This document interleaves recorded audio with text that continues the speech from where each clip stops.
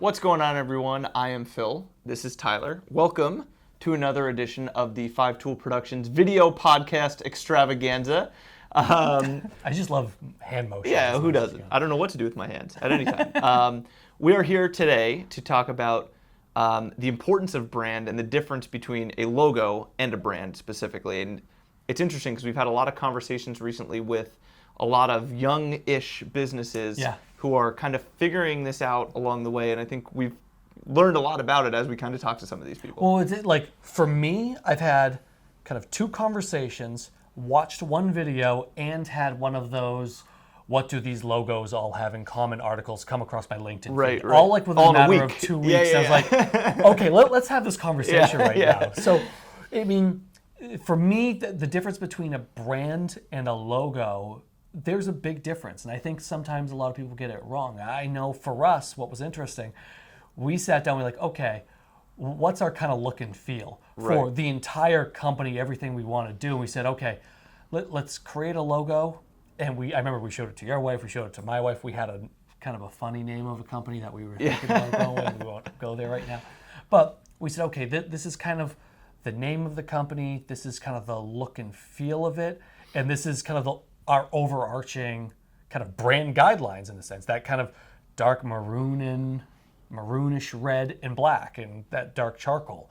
And those are our colors that we keep consistent across our entire brand. But I think what happens is a lot of companies will say, well, here's my logo, and they just use their logo as that's it. Like as they don't keep it, they don't keep it consistent across the board and things. Yeah, so I think there's a couple of points to this and to what you just said that are really interesting. There's the idea of like a logo being the brand, and some people think of it that way. And then there's also the idea of like your brand is supposed to be like what are you, and like what are your values, and like what do you stand for? What do you as stand a company, for, as right? And like what business represents you, right? And a logo is part and parcel of that. But like a logo and a color scheme are not a brand unto themselves, right? It's a brand guide, right? You can build a brand guide we use these fonts, we use these colors.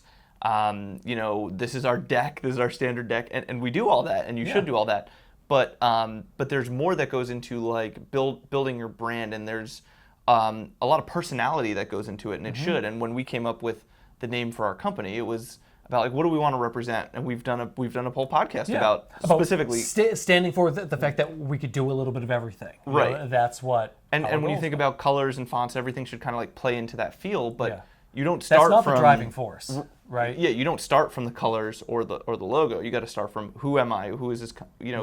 Who am I as a company? What do we stand for? What do we want to put forth to the world, right? Yeah, well, it was interesting. One of the videos that I actually watched, it kind of drove me nuts because, don't get me wrong, I've used the sites before, like 99 Designs and those types of, which are cool for creating a logo. There's no question. But you have to put in, when you use a site like that, here's what my brand is about. Right. Can you go create a logo? Not, I'm a gym, can you have something with a bicep in there? Sure. Put a barbell in there somewhere, right? No, you want, okay, if you're a gym, are you a high-end gym? I mean, I worked prior to 5 Tool, and for a while I worked for a luxury chain of health clubs in their marketing department, more content creation and general advertising, really. Right. And we were a luxury health club. We were not a gym.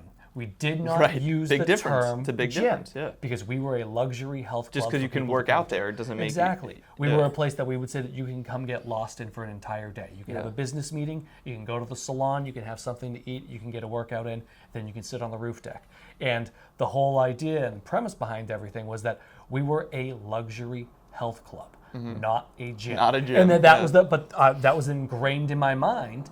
Because we wanted to make sure, I mean, there were pros and cons with that because from a search perspective, if you're not using the word gym anywhere on your site, you're not coming up. Right. But, I mean, that's kind of changed a little bit over the course of time now, but still, that's something, I mean, to me, that's where I learned brand, what branding truly means, because the brand was luxury. You need to have that feeling. And if your brand is a garage gym, be the garage gym. Right. Eat it Own up, it. live it up, own every single piece of that, right? Well, I think the really interesting thing is that social media has given people an opportunity to like use use those platforms like Instagram and Stories. Like Stories is great and Live, and all these things are opportunities for you to let your companies and your brand's kind of voice and personality shine through. And when you think about like a logo, sure, like a logo is important. Because it's it's the thing you'll recognize when you're scrolling through or when you see it on a wall or whatever it is. But when I think about like brand personality, one that I always come back to is Chubby's. If we want to talk about like a specific one, and like I don't know what their logo looks like, but they make it's the blue kind of cursive Chubby's. Yeah, but it's kind of standard, right? It's just a word mark.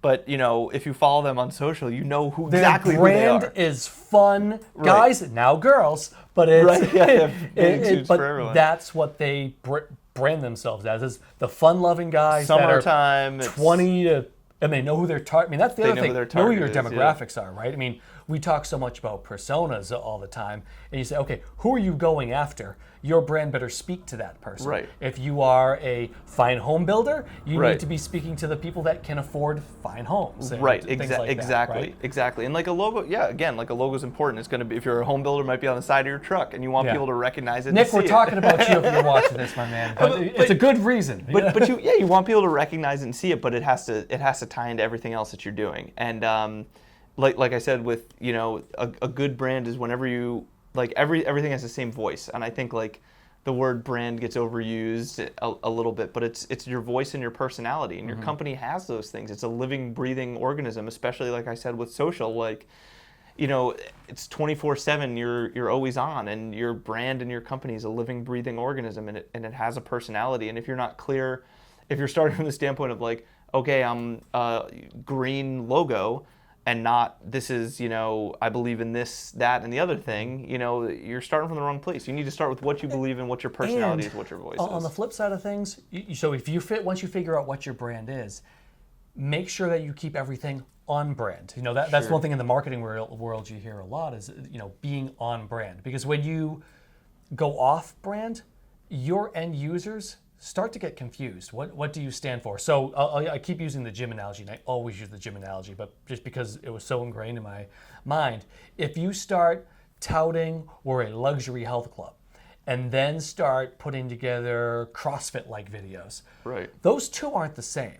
Right. So your end users start to wonder, well, what are you? What do you do? Who are you catering kind of to? Mixed are you messaging, catering to me, the person that wants to walk out of the bathroom with a robe and go into the sauna? Or are you talking to the guy that wants to walk out of a box dripping with sweat and has sweat angels on the ground? For the CEO executive, that might not necessarily work. They might say, no, I don't want that. I want to be pampered a little bit, right? It's a different mindset for everything. So that was one thing that stuck in my mind of keep it on brand, because when you do go off brand and you kind of break it apart, you're disjointed. It kind of is a bit confusing too. Yeah, and I think people get scared sometimes, and it scares them off from things like live video and stories and those types of things, because they're worried if they don't have a 6-month planning session and vet it through 6 different departments, especially for bigger companies, it's not going to be on brand. But the reality is, like, if you work day in and day out in a marketing department, it should be second nature. Like, what the voice of your company is, and it doesn't mean that it has to be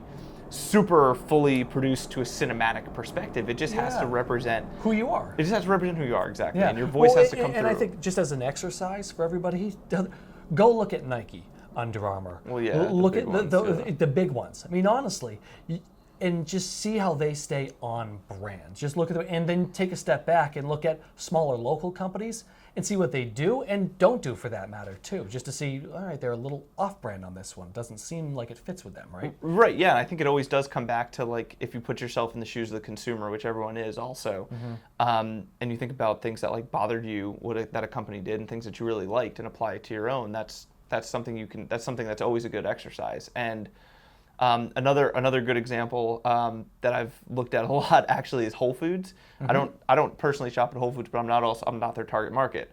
But maybe I technically am, and I don't know. Maybe that's a problem for them. Anyway, their Instagram account looks like a food blogger, right? Yep. It's like this beautiful curated, and then their whole site is these recipes. They're an authority on. It goes back to the idea of content marketing, right? Like. Yeah, everything is about like positioning yourself as an authority in the thing that you want to be an authority in. And the companies you mentioned, the fitness brands, Whole Foods, Chubby's when it comes to shorts, it's all about creating content consistently that speaks in your voice, has your personality, and reinforces the fact that you're an authority on the topic that you want to be seen as an authority. Think of content marketing as your ever-going resume. You want it to depict who you are and what you've done and what you continue to grow 24/7. all the time. Yeah. That's the easiest way to put it. Yeah, absolutely. Oh, this is mine. This is yours, so you're ready. That's not me I'm not this used to time. that. That's okay. Um, I'll just sit back. That's Tyler. I'm Phil. Thank you for joining us. And we'll be back with another edition of the 5 Tool Productions video podcast extravaganza soon. Thanks, guys.